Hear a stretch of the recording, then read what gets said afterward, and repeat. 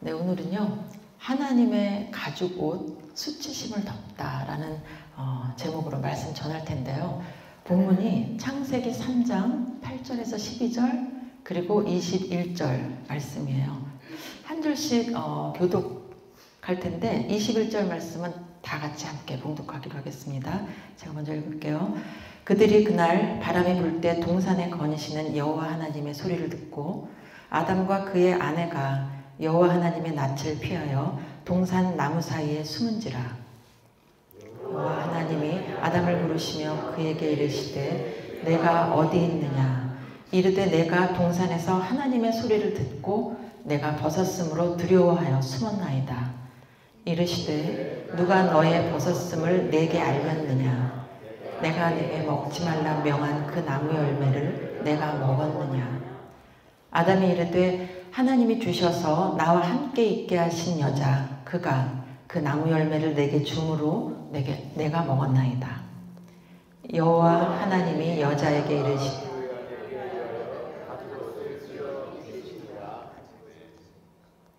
아멘. 한 절이 빠졌네요.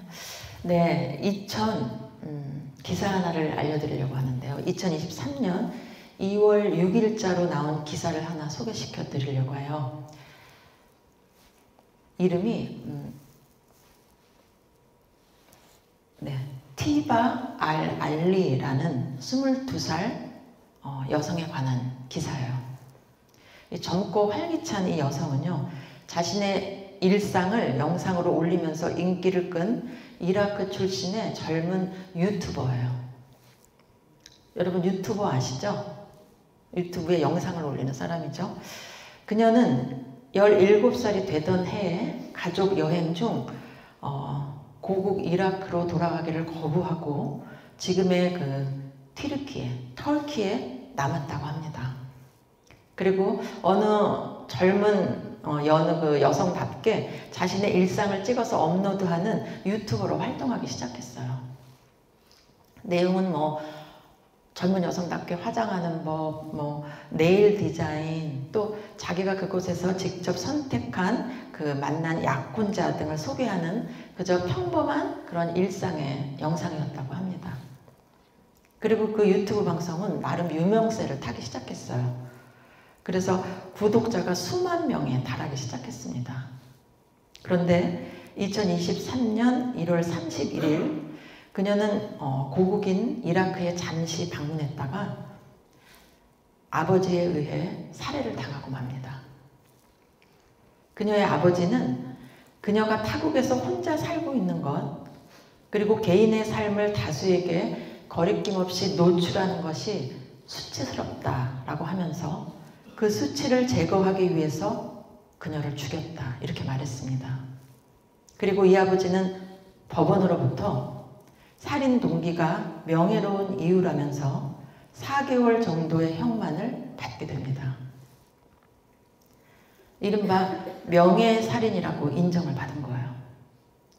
이 명예살인, 아너 킬링이라고 부르는 이 명예살인은요, 가족, 부족 또는 그 소속 공동체의 명예를 더럽히고 수치를 줬다는 이유로 조직 내에 권위 있는 구성원이 그 수치를 준 당사자를 명예를 지키기 위하여 살인할 수 있다는 정말 폭력적이고 잔인한 비인간적 관행입니다.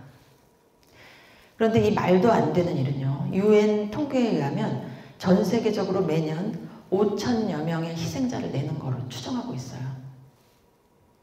그런데 그 대상자가 주로 여자나 여자아이예요. 이걸 보면요, 그 연약한 자를 향한 권위의 폭력이 얼마나 잔인한지를 알 수 있어요.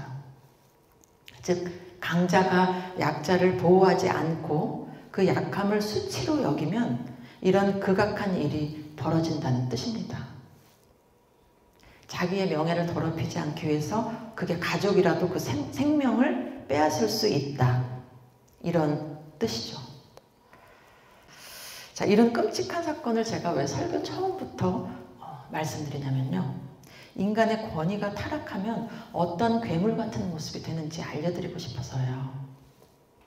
그리고 그것보다 더 중요한 진실, 이 세상을 지으신 창조자 하나님, 즉 전 우주를 통틀어 최고의 권위자 그 자체이신 하나님은 과연 연약한 우리 인간을 어떻게 여기고 대해주셨는지 이제부터 알려드리고 싶어서요.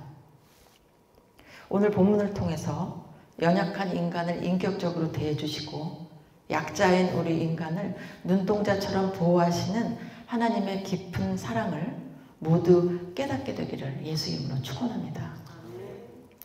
본문 살펴볼게요. 8절입니다. 제가 다시 읽을게요. 그들이 그날 바람이 불 때 동산에 거니시는 여호와 하나님의 소리를 듣고 아담과 그의 아내가 여호와 하나님의 낯을 피하여 동산 나무 사이에 숨은지라. 이 절은요, 처음으로 인간이 하나님을 피해서 숨는 장면이에요.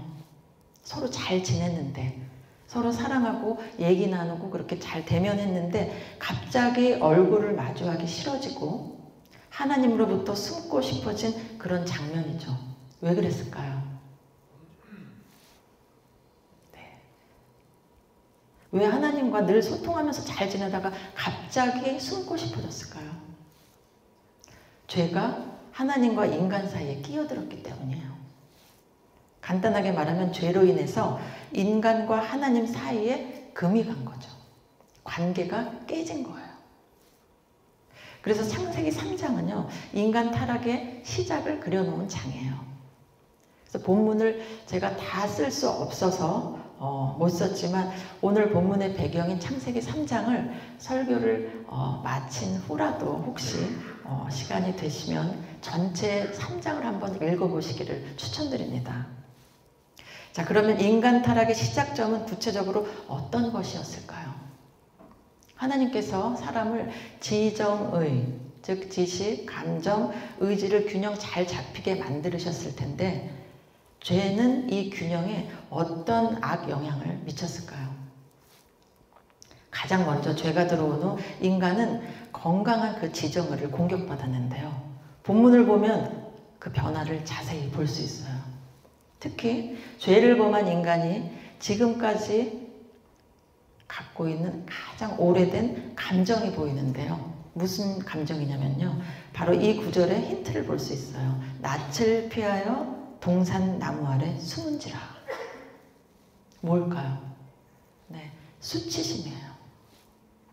9절 10절 읽어보겠습니다. 여호와 하나님이 아담을 부르시며 그에게 이르시되 내가 어디 있느냐? 이르되 내가 동산에서 하나님의 소리를 듣고 내가 벗었으므로 두려워하여 숨었나이다.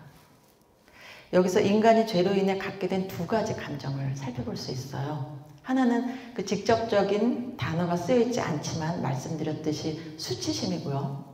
다른 하나는 두려움이에요. 수치심과 동시에 두려움도 들어온 거예요. 자, 그럼 이 수치심이라는 감정은 누가 집어넣었을까요? 하나님? 아니면 인간 스스로? 아니면 제3자? 이렇게 생각해 볼 수 있는데요. 오늘 본문의 주체자가 정확하게 이 사람이 이 존재다라고 나와 있진 않지만 모두 같이 잘 읽어보면 짐작해 볼 수 있어요. 누굴까요? 악한 세력이에요. 본문에 뱀으로 기록되어 있어요. 하나님과 인간 사이의 관계를 무너뜨리려는 존재예요. 하나님의 선한 의도를 살짝 뒤틀어서 사람으로 하여금 하나님의 말씀을 의심하게 하고 불순종하게 한 존재예요. 여러분, 그러면 이 수치심은 뭘까요? 우리가 수치스럽다, 너 가문의 수치다, 이런 얘기 종종 들어보셨죠? 이렇게 말하는데 정확하게 수치심이 뭘까 한번 생각해 보고 싶은데요. 먼저 수치심의 사전적 정의는요, 말 그대로 자신을 부끄럽게 여기는 마음이에요. 그런데 여기서 자신의 행동을 부끄럽게 여기는 것과 자기 자신을 부끄럽게 여기는 것에 차이가 있다는 걸 알려드리고 싶어요. 이게 바로 죄책감과 수치심의 차이인데요. 이 차이를 알면 우리가 오늘 본문에서 얘기하는 수치심을 더 잘 이해할 수 있어요. 그림 하나 볼게요. 자, 이게 먼저 죄책감에 대한 설명이에요. 우리가 선생님이나 부모님이나 아무튼 누군가에게 우리가 꾸중을 듣는다라고 가정해 볼게요. 자, 너는 실수를 했어. You made a mistake. 자, 누군가 이렇게 말하면 내 행동이 잘못됐다고 지적하는 거예요. 그죠? 행동을 지적받았으니까 아, 내가 실수했구나. 내 행동이 잘못됐구나 하고 느끼게 되죠. 혹은 나 잘못 행동하지 않았는데 라고 반발할 수도 있겠죠. 어쨌든 이 행동에 대한 지적은 죄책감을 생겨나게 해요. 죄책감은 말 그대로 죄에 대한 책임감이에요. 다시 그 행동을 하면 안 되겠다. 혹은 내 행동에 문제가 있었나 하면서 행동에 대한 돌아봄을 있게 해요. 자, 그런데 수치심은 좀 달라요. 죄책감이 You made a mistake. 너는 실수를 했어. 라는 행동에 대한 지적이라면 수치심은 그림에서처럼 You are a mistake. You are something wrong. 즉, 너라는 존재 자체가 실수야. 이런 뜻이에요. 엄청 다르죠? 이 말은 행동을 겨냥한 말이 아니라 사람을 겨냥한 지적이에요. 욕이에요. 우리가 심한 욕이라고 생각되는 욕을 한번 제가 말씀드릴 수 없으니까 떠올려 보세요. 다 그 존재 자체를 깔아뭉개는 말들이에요. 예를 들면 네가 오늘 한 그 행동은 좀 고쳐야 될 것 같아. 이거랑 넌 멍청이야. 너 바보야. 너 루저야. 더 심한 말들 많죠. 아무튼 이런 존재에 대한 저격은요. 상대방에게 수치심을 줘요. 그리고 그 수치감을 담은 욕을 깊게 제대로 받게 되면요. 사람이 숨고 싶어져요. 회피죠. 그 욕이라는 칼에 깊숙하게 찔린 거예요. 너 멍청이야. 누가 이랬으면 아, 내가 저 사람 눈에 멍청이구나. 이렇게 되는 거예요. 그래서 욕한 사람에게 분노가 일긴 하지만 그 사람 앞에 서고 싶지는 않은 거예요. 그래서 숨는 거죠. 숨는 거 외에 또 수치를 당하면 발동하는 기제는 다른 존재에게 책임을 전가하는 거예요. 이걸 투사, 즉 책임 전가라고 하는데요. 이런 거예요. 내가 이렇게 된 건 다 네 탓이야. 오늘의 나는 부모 때문이야. 이런 이상한 집에 태어나서 내가 이래. 이런 거죠. 이런 회피, 숨는 거, 또 투사, 책임 전가 같은 증상들을 심리학에서 방어 기제라고 부르는데요. 이건 간단히 말하면 받아들이기 힘든 상황에서 스스로 자기를 보호하려는 장치 같은 거예요. 오늘 12절에서 13절을 보면요. 사단에게 속은 인간이 하나님과의 약속을 어긴 후에 갖게 된 수치감과 두려움 때문에 자기를 방어하는 모습이 나와요. 12절 13절 제가 읽어볼게요. 아담이 이르되 하나님이 주셔서 나와 함께 있게 하신 여자 그가 그 나무 열매를 내게 주므로 내가 먹었나이다. 여호와 하나님이 여자에게 이르시되 내가 어찌하여 이렇게 하였느냐. 여자가 이르되 뱀이 나를 꿰므로 내가 먹었나이다. 자, 아담과 하와는 숨었어요. 그리고 책임을 남에게 전가했어요. 현실을 직면하기 싫은 거죠. 특히 오늘 본문에서 보인 이 수치감은요. 그냥 단순히 벗어서 창피해요. 이런 차원이 아니었어요. 창세기 3장 7절에서 8절 읽어볼게요. 이에 그들의 눈이 밝아져 자기들이 벗은 줄을 알고 무화과 나무 잎을 엮고 치마로 삼았더라. 그들이 그날 바람이 불 때 동산에 거니시는 여호와 하나님의 소리를 듣고 아담과 그의 아내가 여호와 하나님의 낯을 피하여 동산 나무 사이에 숨은지라.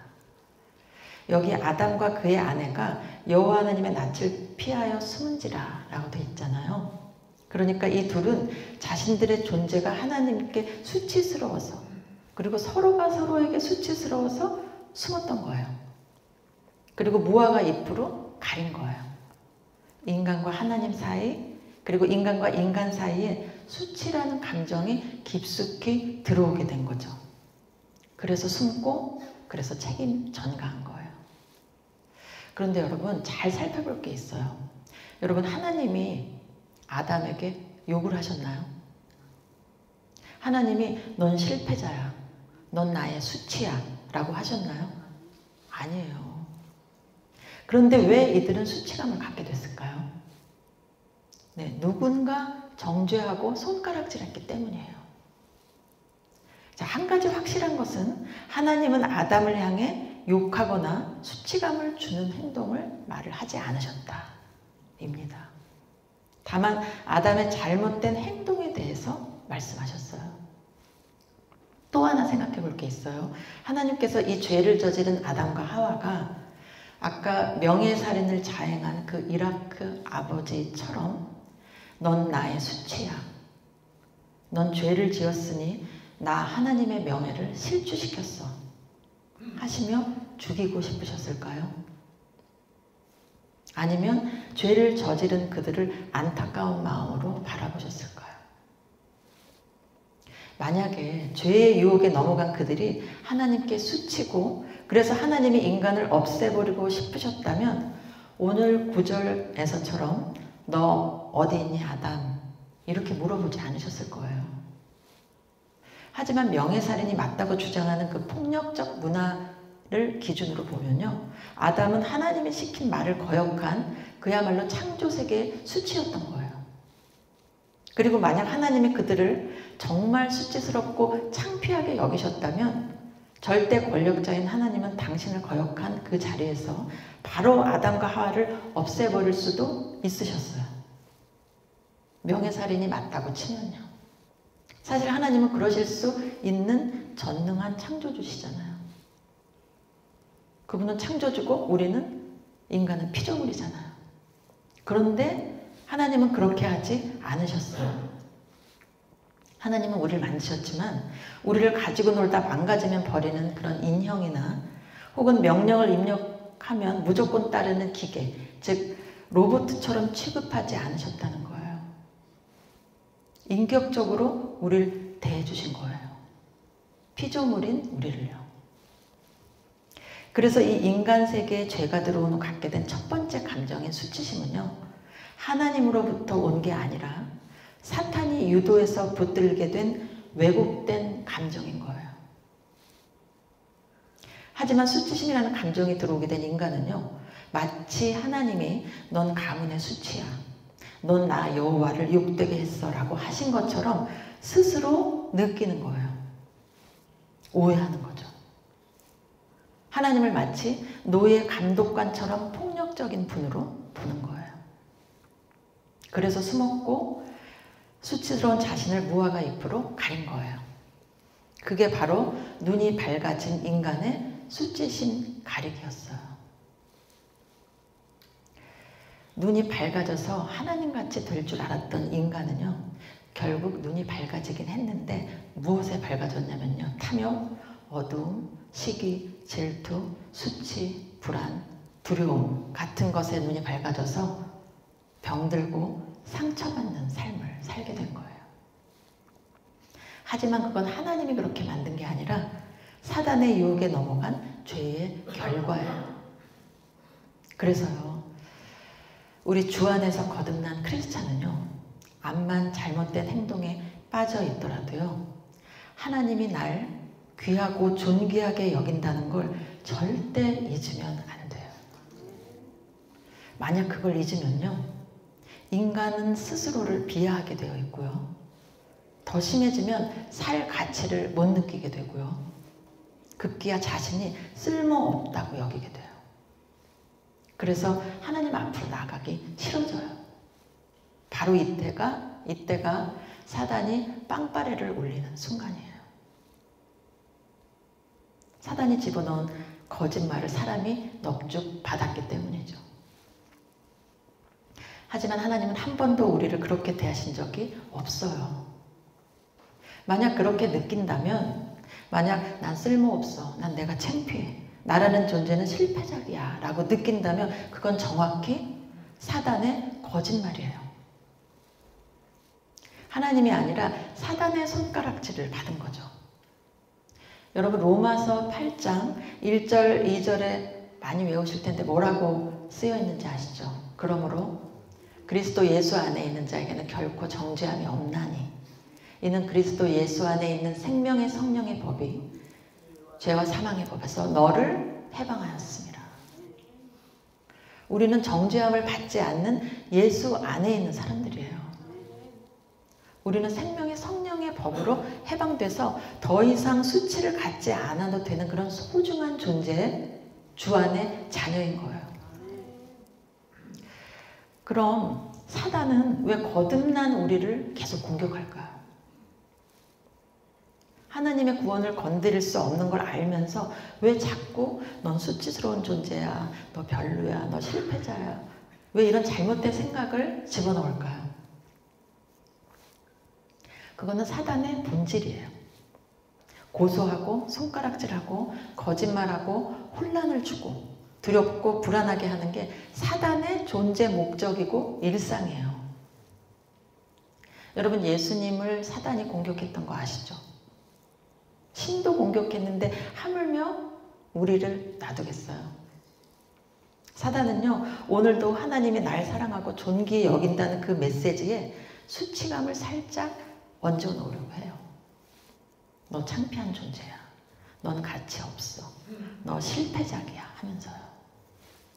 하지만 여러분, 하나님은 그렇게 말씀하신 적 없으세요. 여러분, 사단의 메시지가 아니라 하나님의 메시지를 붙드시길 바랍니다. 하나님이 날 얼마나 귀하게 여기시는지 그 음성을 들으시길 바라요. 물론 세상은 우리에게 정말 많은 수치감을 줍니다. 사회 나가서 손가락질 당하고요.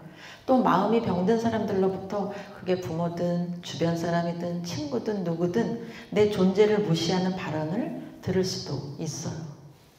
왜? 아프니까. 죄로 다 병들었던 사람들이니까 그래요. 물론 주 안에서 거듭나서 온전히 치유받은 사람도 있겠지만 대다수의 우리는 아직 세상 속에서 또 손가락질을 받으며 상처를 안고 살아가는 연약한 존재들이에요. 그래서 우린 또 수치감을 갖게 되고 다시 숨고 싶어지는 일이 벌어질 수도 있어요. 하지만 그런 상황 가운데도 절대 잊으면 안 되는 건 바로 하나님이 날 어떻게 보고 계신가요? 이사야 43장 4절에서 7절 말씀 제가 한번 읽어볼게요. 여러분 내용을 잘 들어보시기 바랍니다. 네가 내 눈에 보배롭고 존귀하며 내가 너를 사랑하였은즉 내가 내 대신 사람들을 내어주며 백성들이 내 생명을 대신하리니 두려워하지 말라. 내가 너와 함께 하여 내 자손을 동쪽에서부터 오게 하며 서쪽에서부터 너를 모을 것이며 내가 북쪽에게 이르기를 내놓으라. 남쪽에게 이르기를 가두어 두지 말라. 내 아들들을 먼 곳에서 이끌며 내 딸들을 땅끝에서 오게 하며 내 이름으로 불려지는 모든 자 곧 내가 내 영광을 위하여 창조한 자를 오게 하라. 그를 내가 지었고 그를 내가 만들었느니라. 하나님은 다른 것들을 희생하면서까지 당신 자녀를 건지시겠다 이렇게 말씀하세요. 그리고 그 정도로 너는 나에게 보배롭고 존귀한 존재다. 내가 너를 사랑한다 라고 말씀하세요. 여러분 우리말 표현에도 그런 표현이 있어요. 눈에 넣어도 안 아프다. 이거 주로 할머니, 할아버지들이 손주 보고 하는 표현이잖아요. 그런데 이런 표현이 성경에도 있어요. 시편 17장 8절이에요. 나를 눈동자같이 지키시고 주의 날개그늘 아래 감추사. 자, 저기서 눈동자같이 기억해 보세요. As the apple of your eyes. 신명기 32장 10절입니다.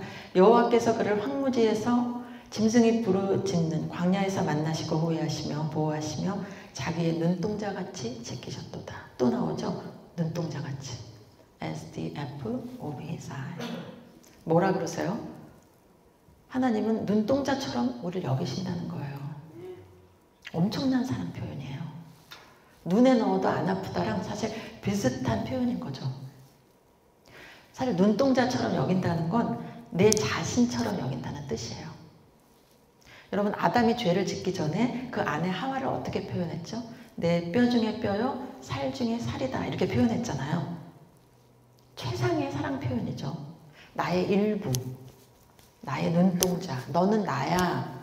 이게 죄 짓기 전 최초로 인간 아담이 한 사랑 표현이에요. 하나님이 우리를 향한 사랑 표현과 아주 흡사하죠. 다 최상급의 사랑 표현이라 그래요. 너는 나의 눈동자야. 너는 나의 일부야. 너는 눈에 넣어도 아프지 않은 존재야. 너는 보배롭고 존귀해. 그렇게 우리를, 그렇게 나를 사랑하신다고 이사야서에서, 시편에서, 신명기에서, 또 다른 성경 말씀에서 하나님은 끊임없이 얘기하고 계세요. 그래서 상담가이자 신학자의 레리 크랩은요, 성경을 하나님의 러브레터다 이렇게 이야기해요. 그의 저서 중에 하나님의 러브레터라는 게 있어요. 여러분, 하나님의 사랑의 고백을 믿으시기 바랍니다. 성경을 믿으신다는 건 하나님의 사랑 고백을 믿는다는 말과 동일해요. 내가 너를 보배롭고 존귀하게 여긴다. 너는 나의 눈동자, 나의 일부다. 이 말씀을 오늘 가슴에 새기시기 바랍니다. 여러분, 세상은요, 우리를 깎아내리기 바빠요. 경쟁 구도 속에 밀어넣어서 어디론지 모르지만 죽도록 달리게 하고요. 그리고 더 달리라고 채찍질해요. 결핍을 조장해서 뭐든지 사들이도록 요구하고요. 있는 그대로의 나의 모습이 만족하지 않다고 여기게 만들어서 내가 꼭 실패작처럼, 꼭 뭔가 엄청 부족한 사람처럼 느끼게 강요해요. 여러분, 그런데 하나님이 우리를 언제 사랑하셨죠? 우리가 형편없을 때. 그때 예수님은 우리를 사랑하셔서 우리를 위해서 죽으신 거예요. 아담이 죄짓기 전에만 사랑하신 게 아니에요. 죄짓기 전부터, 짓고 나서, 그리고 죄 지은 후 지금까지 한 번도 우리를 밉다, 수치스럽다, 버리고 싶다 하신 적이 없어요. 여러분, 버린 건 우리예요. 우리가 죄와 손잡고 하나님을 버린 거예요. 사실 그래서 버림받은 거절감과 두려움은 우리가 느낄 온당한 감정이 아니에요. 우린 모든 걸 희생하고 건져낼 만큼 가치 있고 소중한 하나님의 자랑이니까요. 세상의 손가락질, 그리고 이따금 속삭이는 사단의 거짓말을 믿지 마시고, 우리를 눈에 넣어도 아프지 않은 소중한 존재라고 말씀하시는 하나님의 음성을 듣는 여러분 되시길 바랍니다. 너 실패자야, 너 멍청이야, 살 자격 없어. 이거 다 사단이 주는 소리예요. 잘못된 손가락질 때문에 정죄감과 수치심에 사로잡혀서 하나님을 오해하고 자신을 비하하는 일 없으셔야 됩니다. 하나님의 사랑의 고백을 들으며 잘못해서 숨지 않고 하나님 앞으로 다시 나가는 그런 복된 하나님의 자녀들 되시기 바랍니다. 자, 인간에게 죄가 들어오는 생긴 감정 수치심 말고 또 있어요. 본문 9절 10절 읽어볼게요. 여호와 하나님이 아담을 부르시며 그에게 이르시되 내가 어디 있느냐 이르되 내가 동산에서 하나님의 소리를 듣고 내가 벗었으므로 두려워하여 숨었나이다. 내가 벗었으므로 두려워하여 숨었나이다. 네, 두려움이에요. 이 두려움은요, 그냥 이유 없이 두려워, 이유 없이 마음이 안정이 안 돼, 이런 감정이 아니에요. 이 두려움은 정확하게 나와 있죠. 벗었으므로 두려워하여 숨었나이다. 즉 수치심에 근거한 두려움이에요. 날 수치스럽게 여길 테니까 두려운 거예요. 내가 잘못해서 하나님이 날 버릴 거니까 두려운 거예요. 즉 권위자가 나를 팽개치고 벌할 것에 대한 두려움, 그런 거절감에 대한 두려움이에요. 조 페란테라는 목사님이 하나님의 사랑이라는 강의에서 이런 말씀을 하셨어요. 우리가 살면서 무의식적으로 갖고 있는 잘못된 생각이 있는데 그건 바로 이런 생각입니다. 넌 하나님이 사랑하기에 조금 부족해. 그분이 영어로 말씀하셔서 제가 영어로 또 전해드릴게요. You are not good enough for God to love you. 뭐죠? 하나님이 날 버릴까? 날 거절할까? 내 별로인 모습을 보고 이제 나를 더 이상 사랑하지 않을까 두려워한다는 거예요. 이 근본적인 두려움이 인간에게 깔려있으면요. 어떤 증상이 나오냐면요. 버림받을까 봐 열심히 살아요. 미친 사람처럼. 건강한 열심이 아니라 두려워서 미치도록 열심히 뭔가를 하는 거죠. 하나님 마음에 들려고, 더 사랑받으려고. 그런데요, 하나님이 우리를 아까 말씀드렸듯이 언제 사랑하셨다고요? 우리 기대 수준 레벨이 제로였을 때예요. 하나님이 우리를 위해 당신의 목숨을 내놓은 건 우리가 괜찮은 인간이라서가 아니라 하나님이 우리를 향한 사랑이 온전하기 때문이에요. 여러분, 로마서 5장 8절에 뭐라고 쓰여있죠? 우리가 아직 죄인 되었을 때 그리스도께서 우리를 위하여 죽으심으로 하나님께서 우리에 대한 자기의 사랑을 확증하셨느니라. 우리는 예수 안에 있으면요, 하나님의 사랑을 더 받으려고 무지 애를 쓰지 않아도 돼요. 이미 우리는 완벽하고 충분한 사랑을 받았고요, 그 사랑으로 죄사함을 얻고 영생을 선물로 갖게 되었어요. 여러분, 죄 지은 인간에게 하나님이 가장 먼저 하신 일이 뭐죠? 오늘 9절 본문에 나왔죠. 여호와 하나님이 아담을 부르시며 그에게 이르시되 내가 어디 있느냐 부르신 거예요. 아담이 어디 있는지 몰라서 부르셨을까요? 아니에요. 먹지 말라는 나무의 열매를 먹은 거 하나님은 이미 아세요. 유혹의 눈이 멀어서 하나님같이 되고자 했던 마음도 하나님은 아세요. 그렇기 때문에 우린 하나님의 사랑에 온전히 반응하면 돼요. 부르시면 네 하고 대답하면 되고요. 그리고 내가 어떤 순간에 있을 때라도 여러분, 하나님이 날 부른다는 것 자체는 엄청난 축복이에요. 하나님이 벌 줘서 지옥 보내려고 부르시는 게 아니에요. 돌아올 기회를 주시려고 부르시는 거예요. 하지만 하나님은 뱀에게는 이런 식으로 말을 걸지 않으세요. 뱀에게는 판결만 있어요. 그래서 회개의 돌이킴은 하나님이 인간에게만 주신 특별한 은혜예요. 사단은 회개할 수 없어요. 오직 인간만이 하나님의 긍휼하심을 입고 죄사함을 받을 수 있는 거예요. 그래서 아담에게 물으신 거예요. 너 어디 있니? 이 말은요, 너 날 떠나니? 우리의 사랑의 날들을 잊었니? 다시 돌아와. 나에게 돌아와. 이런 말씀이에요. 하지만 인간은 자신의 힘으로, 인간의 노력으로 수치를 가려보려고 애썼어요. 그리고 끝내 스스로 그 수치심을 가리지 못했어요. 그런데 하나님은 그런 인간을 향해서 오늘 답을 주고 계세요. 그게 오늘 본문 마지막 말씀인데요. 창세기 3장 21절입니다. 여러분, 우리 다 같이 한번 읽어볼게요. 여호와 하나님이 아담과 그의 아내를 위하여 가죽옷을 지어 입히시니라. 하나님은요, 우리의 수치와 두려움을 가려줄 옷을 이미 준비하고 계셨어요. 오늘 본문의 다음 말씀 창세기 3장 17절에서 20절까지는요. 선악과를 따먹은 인간에게 하나님이 벌을 내리는 내용이 적혀 있어요. 그런데 이런 징벌 바로 다음에 바로 이 21절 말씀이 적혀 있는 거예요. 인간이 인간의 허물을 가릴 수 없기 때문에 하나님은 무화과 나무 대신 가죽옷을 지어 입혀주신 거예요. 여호와 하나님이 아담과 그의 아내를 위하여 라고 쓰여 있잖아요. 이 문장이 얼마나 큰 사랑을 말씀하는지 여러분이 아시길 바랍니다.